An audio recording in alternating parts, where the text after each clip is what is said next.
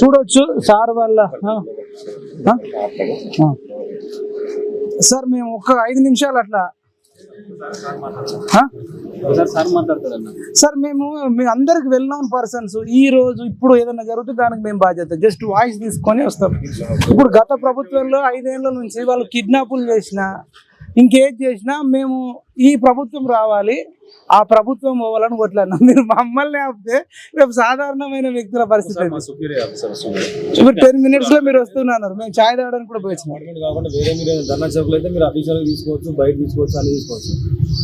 ఒక అపార్ట్మెంట్ ఒకవేళ అడ్డుపడితే మేము వచ్చేస్తాము. ఇప్పుడు నేను వచ్చిన అనుకో, బాబు మీరు వెళ్ళిపోరంటే నేను వచ్చేస్తా. మీకు తెలియదు ఏం లేదు, మీరు మాకు కూడా వెళ్ళడం కోసం తెలుసు. నేను అడిగింది ఏమన్నా అన్యాయం అడుగుతున్నాను చెప్పండి. ఇప్పుడు ఇందిరా పార్క్ అనేమో, మరి ఇప్పుడు ఇందిరా పార్క్ దగ్గరనేమో అంటే అది పర్మిషన్ లేదు. ఇక్కడ ఎవరింట్లో వాళ్ళని చేసుకొని మీరే పర్మిషన్ ఇచ్చారు. ఇప్పుడు ఇంట్లో చేసుకోమని నిన్న మహేశ్వరం పోలీస్ స్టేషన్ నుంచి తీసుకొచ్చి మీ ఇంట్లో చేసుకోండి, ఒక్కరే చేసుకోవచ్చు అని చెప్పేసి మీరే పర్మిషన్ ఇచ్చారు అన్నట్టు మనకు సమాచారం. ఇప్పుడు ధర్నా చేసే విషయం ప్రపంచానికి తెలియకపోతే ధర్నా చేయడం ఎందుకు సార్? అంటే మీరేమో కనీసం ప్రభుత్వం నుంచి మీరు కనీసం ఒక ఫోన్ అన్న చేసి దీక్ష అన్న విరమించేటట్టు మీరు చేస్తే అయిపోతుంది కదా. మరి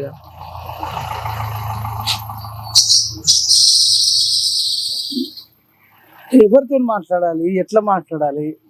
సార్కి మీరు ఫోన్ చేయండి. మరి ఇప్పుడు నాకు తెలిసి మమ్మల్ని కూడా లిఫ్ట్ చేస్తే చేస్తారేమో. మరి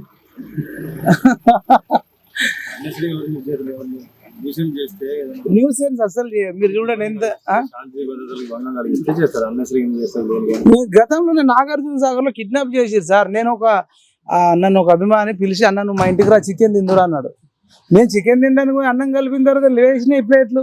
ఇప్పుడంటే ఎన్నో కార్లు వచ్చిన నంబర్ ప్లేట్ ఉంది, అప్పుడు నంబర్ ప్లేట్ లేని కార్లలో వచ్చేది. రౌండ్ అప్ చేసి తన్ని తీసుకుపోయారు కదా. నేను గత ప్రభుత్వం చూసినా కదా, అన్నెసెసరీగానే చేసారు. ఒక 5 నిమిషాలు మాట్లాడుకుని వెళ్ళిపోతాను సార్. మరి కనీసం ఇప్పుడు గతంలో మీరు పైకి చేసి ఆ దీక్ష విరమించేటట్టు చేయండి, లేదంటే సార్ నన్ను కిందికి వచ్చేటట్టు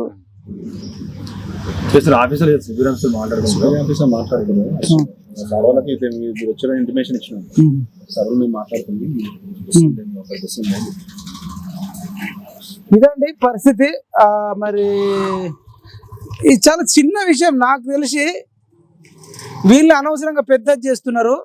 నిన్న కనుక పర్మిషన్ ఇచ్చిండు, ఇందిరా పార్క్ దగ్గర ఒక మీటింగ్ అయిపోతే ఎవరి ఇళ్ళల్లో కాళ్ళు పోతుండే, ఎవరి పని వాళ్ళు చేసుకుంటుండే. దాన్ని క్యాన్సిల్ చేయడము, మళ్ళీ అశోక్ సార్ను హైదరాబాద్ అంతా తిప్పడం. దాంతో నిరుద్యోగులు డిఎస్సి ఆస్పిరెంట్స్ కావచ్చు, జీవో 46 బాధితులు కావచ్చు, గ్రూప్ 2 ఆస్పిరెంట్స్ కావచ్చు, గ్రూప్ 1 ఆస్పిరెంట్స్ కావచ్చు, వీధులలో పడి డింగా అని చేసిర్రు. స్మార్ట్ ఫోన్ కనిపెట్టకపోతే బాగుండు అనుకుంటారేమో పొలిటీషియన్స్. ఇలా స్మార్ట్ ఫోన్ వచ్చింది, ఒక్క వీడియో తీసి పెడితే ప్రపంచం మొత్తం చూస్తుంది. ఈ రాజకీయ నాయకులను అడ్డుకునేది ఒక స్మార్ట్ ఫోనే.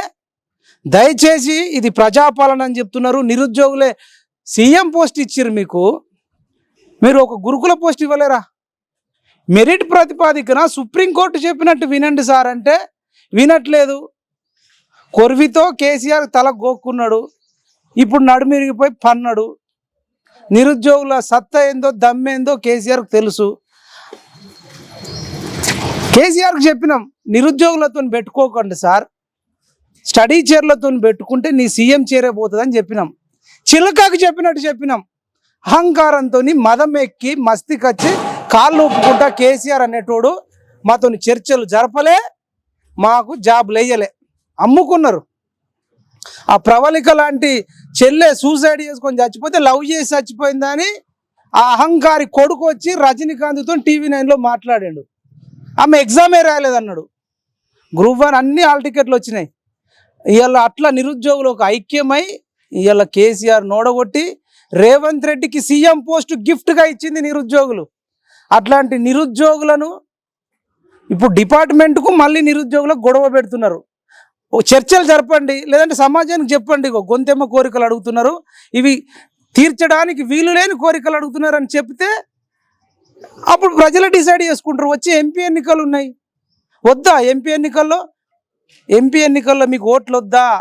సీఎం రేవంత్ రెడ్డి గారు ఇమ్మీడియట్గా అశోక్ సార్తో కానీ నిరుద్యోగులతో చర్చలు జరపాలి.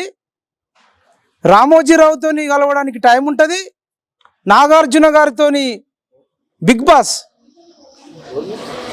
సమాజాన్ని నాశనం చేస్తున్న బిగ్ బాస్ ఆ షో చిన్న చిన్న షెడ్యూల్ వేసుకొని ఆ జోకులు వేసుకుంటా రొమాన్స్ చేసుకునే షోలు నడుపుకునే నాగార్జునకు, కుక్కలు పెంచుకునే అమలకు టైం ఇచ్చారు, నిరుద్యోగులకు టైం ఇవ్వట్లేదు.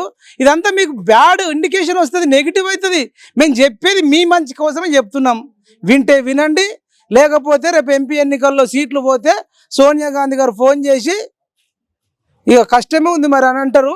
అనవసరంగా సీఎం చేరుకు ఇబ్బంది తెచ్చుకోకండి. రేపు మళ్ళీ ఆల్రెడీ ఓ 4-5 రెడీ ఉన్నారు ఖర్చు వేసుకొని, మీ ఇష్టం. కనీసం అపార్ట్మెంట్కి పోయి 5 నిమిషాలు టైం ఇవ్వట్లేదంటే ఇది చాలా దారుణం. వాళ్ళు ఏం తినలేదండి, 24 అవర్స్ నుంచి మంచినీళ్ళు తాగలేదు, అన్నం తినలేదు. అశోక్ సార్ కాంగ్రెస్ పార్టీ కోటేయండి, కాంగ్రెస్ని గెలిపియండి అని ఆయన 40-50 నియోజకవర్గాలు తిరిగిండు. అట్లా చచ్చిపోయినా సరే ఒప్పుకుంటారా? ఏముంది, కోదండరామ్ సార్ ఉన్నాడు కదా, ఒక ఫోన్ చేసి మాట్లాడిపియండి, చర్చలు జరుపుదామనండి. చర్చలు జరపండి, న్యాయం అయితే చెయ్యండి, లేకపోతే లేదు, తర్వాత విషయం. ఎడ్యుకేషన్ మినిస్టర్ ఇంకా చేయలేదు, కోదండరామ్ సార్ ఉన్నాడు, మినిస్టర్లు ఉన్నారు, జరపాల. చర్చలు జరపకపోతే నెగిటివ్ వెళ్ళిపోతుంది. మేమేదో మిమ్మల్ని బదనం చేయడానికి చేయట్లేదు, మీకే మంచి పేరు వస్తుంది. చూద్దాం మరి. ఇంకా హైకమాండ్ అంటే సార్లు వచ్చిన దాకా అడుగుదాం. పర్మిషన్ ఇస్తే ఇచ్చిర్రు, ఇవ్వకపోతే ఇవ్వలేరు అని చెప్తాం, ఇస్తే ఇచ్చిర్రు అని చెప్తాం. ఇంత దారుణం, ఇంత గోస, ప్రాణాలకు తెగించి గత ప్రభుత్వం కిడ్నాప్ చేసినా, హనీ ట్రాప్ చేసినా, టార్చర్ పెట్టినా, సచ్చినా సరే కానీ ఈ ప్రభుత్వాన్ని దించాలని కొట్లాడితే ఇదే మీరు మాకు ఇస్తున్న గిఫ్ట్. కనీసం థ్యాంక్స్ చెప్పలేదు ఈ ప్రభుత్వం మాకు. సరే చెప్పకన్నా పోయినా సరే నిరుద్యోగుల కన్నా న్యాయం చేయండి, మంచి పేరు తెచ్చుకోండి. లేదంటే అశోక్ సార్ చేసే దీక్షలో తప్పు ఉంది, ఆయన చేసేది రాంగ్ అని చెప్పండి. అశోక్ సారే కాదు, ఇలా రాష్ట్ర వ్యాప్తంగా నిరుద్యోగులలో కూడా చాలా అసంతృప్తి ఉంది. చూద్దాం మరి ఏం జరుగుతుంది అనేది, ఎప్పటికప్పుడు అప్డేట్ ఇస్తుంటాం. మళ్ళీ ఇంకా చాలామంది డిఎస్సి ఆస్పిరెంట్లు కూడా ఆదర్శ అపార్ట్మెంట్ చుట్టూ వస్తున్నట్టు సమాచారం. చూద్దాం మరి. ఇప్పుడు మాకు పోలీసులకు నిరుద్యోగులకు మధ్యలో పెద్ద గొడవ పెట్టి రాజకీయ నాయకులు మాత్రం హ్యాపీగా ఉంటారండి ఏసీ గదులలో. చూద్దాం, ఇంకా అప్డేట్ ఇస్తూనే ఉంటాం.